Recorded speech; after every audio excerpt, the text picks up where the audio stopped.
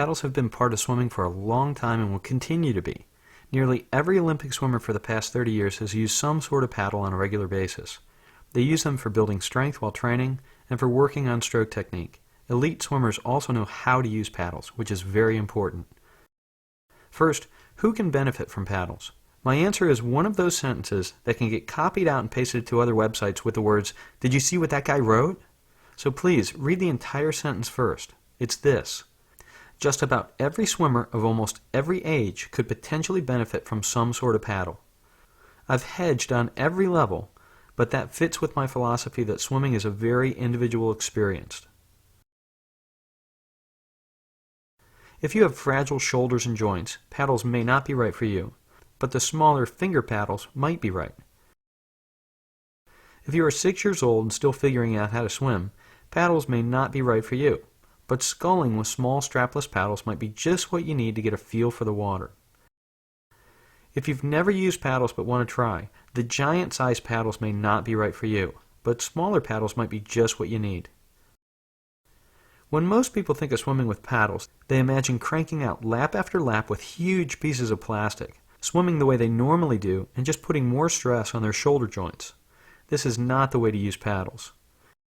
No piece of swimming equipment should cause acute pain. With paddles, as with any other piece of swim equipment, you need to listen to your body. If you feel something that hurts in a way that's not normal, you need to either adjust how you're doing that move or take the paddles off. Or stop using your arms completely until you get it checked. That doesn't mean you don't have to push the limits in heavy training. Training is supposed to hurt. It just means to pay attention to the pain you're feeling and make sure it's good pain. Why use paddles? Paddles are great for increasing resistance during your pull.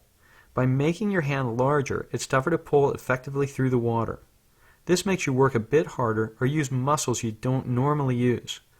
You may learn how to engage your biceps, lats, or back muscles more effectively when using paddles, because you need to use those muscles in order to finish a swim.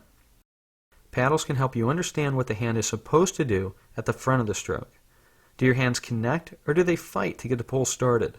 In heavy training, paddles can slow down your tempo, making it harder to sprint. Training can help you overcome that, and in essence, help you build the strength you need to create a faster turnover, for more speed at the end of the season. When to use paddles? To be safe, think of paddles as lifting weights in the water. Most of us don't lift every day. We lift on alternate days. If you do lift every day, you probably alternate a leg day with an arm day. Think of paddles in the same way. Alternate, don't overuse. If you're like most of us, you'll love using paddles, and taking them off is going to make you feel sad, as if you got a stick for an arm. Think of the work the paddle is doing and try to recreate that same feeling when you take them off. It won't be easy, but you won't be allowed to use them in meets anyway, so you better get used to it. If you're learning, you can use paddles to understand how to pull completely. You also learn that some things you're doing are incorrect. You'll notice that just about all the paddles we use have the straps removed, except for the center strap. We do this to make sure we're finishing our stroke and not using the crutch of the back strap to hold the paddle in our hands. We know the manufacturers have put a lot of thought into these designs, but we like what we like, which is probably why they give us the option of removing them. Thanks. If you're learning, you shouldn't try to force the paddle through the water. Instead of muscling the paddle, try to feel for the point of connection when the paddle catches the water and starts to move you forward. Many newer swimmers seek the feeling of heavy pressure on the paddle, and they'll push down, out, in, and all around to maintain the feeling of force. This can be counterproductive. Try instead to simply connect and hook in a way that will pull or draw you forward. When not to use paddles. First, as stated above, don't use them too much unless you're really used to this sort of thing.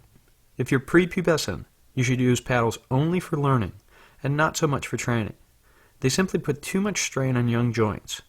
If young swimmers are going to use paddles, make them small. Don't use the biggest ones you can find, because those are really meant for training big swimmers, not for teaching. Imagine strapping a canoe oar to your forearm and pulling that through. While you may be able to make it through once, it's not something you want to do again, unless you're trying out for the ultimate swim games, which hasn't been invented yet, but who knows. Just be careful when you start using paddles and keep in mind that less is more. We love paddles. They allow us to create so many different types of sets They keep the daily workout so much more interesting and allow us to teach and train our swimmers so much better. We all have our favorite type of paddles, and over the next couple months, we'll be showing the benefits of many different types. We hope you discover the ones you like the best, and while this is a lengthy process to get through them all, the people who would be in a hurry to find out the final answer or which one to choose already know the answer, because they'll be swimming in China next year.